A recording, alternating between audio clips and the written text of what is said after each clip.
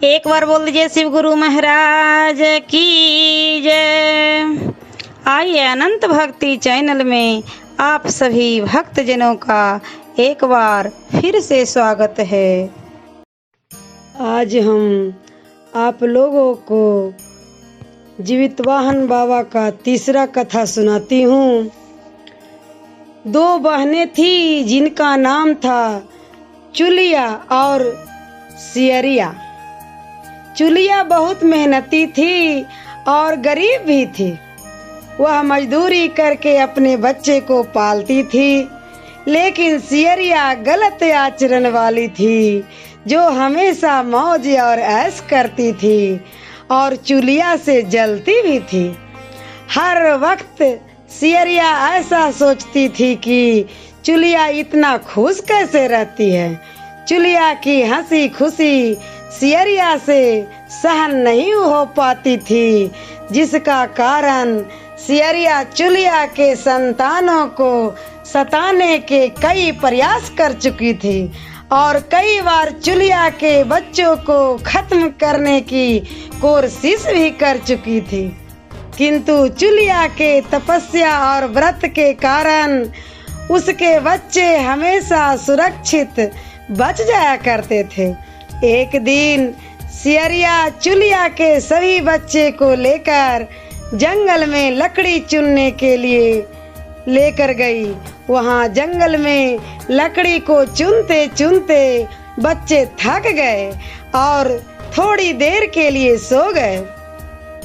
बच्चे को सोते देख सियरिया ने सभी बच्चों का सिर काट दिया और टोकरी में रखकर वापस घर आ गई और चुलिया को वह टोकरी भेंट में दे दी और कहा, दीदी मैं जंगल से आपके लिए नारियल लाई हूँ, बच्चे को खिला देना। चुलिया ने उस टोकरी को उठाकर देखा नहीं और किनारे में रख दिया और अपने बच्चों को प्रतीक्षा करने लग गई।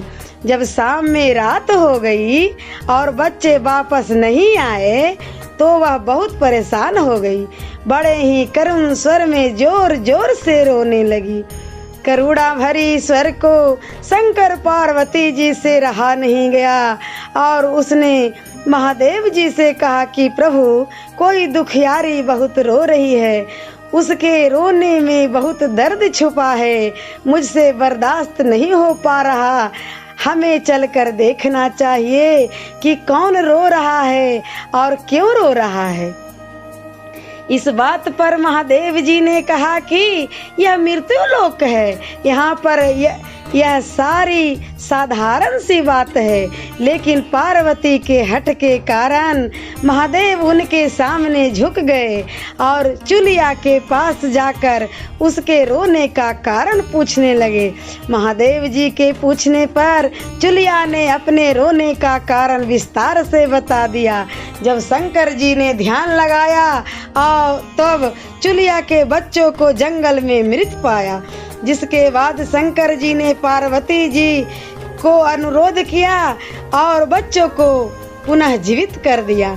बच्चे नींद से उठकर मौसी को ढूंढ रहे थे, किंतु मौसी वहां नहीं थी। बच्चे डरकर घर आ गए, मौसी के सारे कार्य माँ के सामने बता दिए। तब सब सुनकर चुलिया सियरिया के पास जाकर लड़ने लगी कि तुम मेरे बच्चे को जंगल में क्यों अकेला छोड़ आई। दोनों बहनों में लड़ाई शुरू हो गई और यह लड़ाई 7 दिन 7 रात तक चली, किंतु इस लड़ाई का कोई हल नहीं निकला। जिसके बाद दोनों ने उस जंगल में एक तपस्वी को घटना सुनाई। घटना सुनने के बाद तपस्वी ने दोनों को आदेश दिया कि तुम दोनों में जाकर पास में खेल रहे बच्चों को बाल से पकड़कर घसीटते हुए मेरे पास ले आओ, इसके बाद मैं निर्णय करूंगा। चुलिया बच्चों की माँ थी, उससे बच्चों की पीड़ा देखी ना जा सकी। उसने महात्मा के वचनों का पालन नहीं किया, लेकिन सियरिया दौड़ती हुई गई और खेलते हुए बच्चे को बाल से पकड़कर घसीटते हुए ले आई।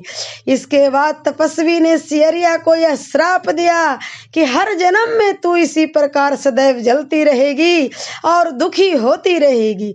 जो महिला किसी बच्चे की पीड़ा और माँ की ममता को नहीं जानती, जीवन भर धरती पर दुख भोगने के अलावा कुछ नहीं कर पाएगी। एक बार बोल दीजिए जीवित वाहन बाबा की जय। ऐसे ही मनोरंजक कथाएं, कहानियाँ और भक्ति गीत सुनने के लिए हमारे इस चैनल अनंत भक्ति को सब्सक्राइब करें और वीडियो अच्छी लगी हो तो लाइक का बटन ज़रूर दबाएं। धन्यवाद।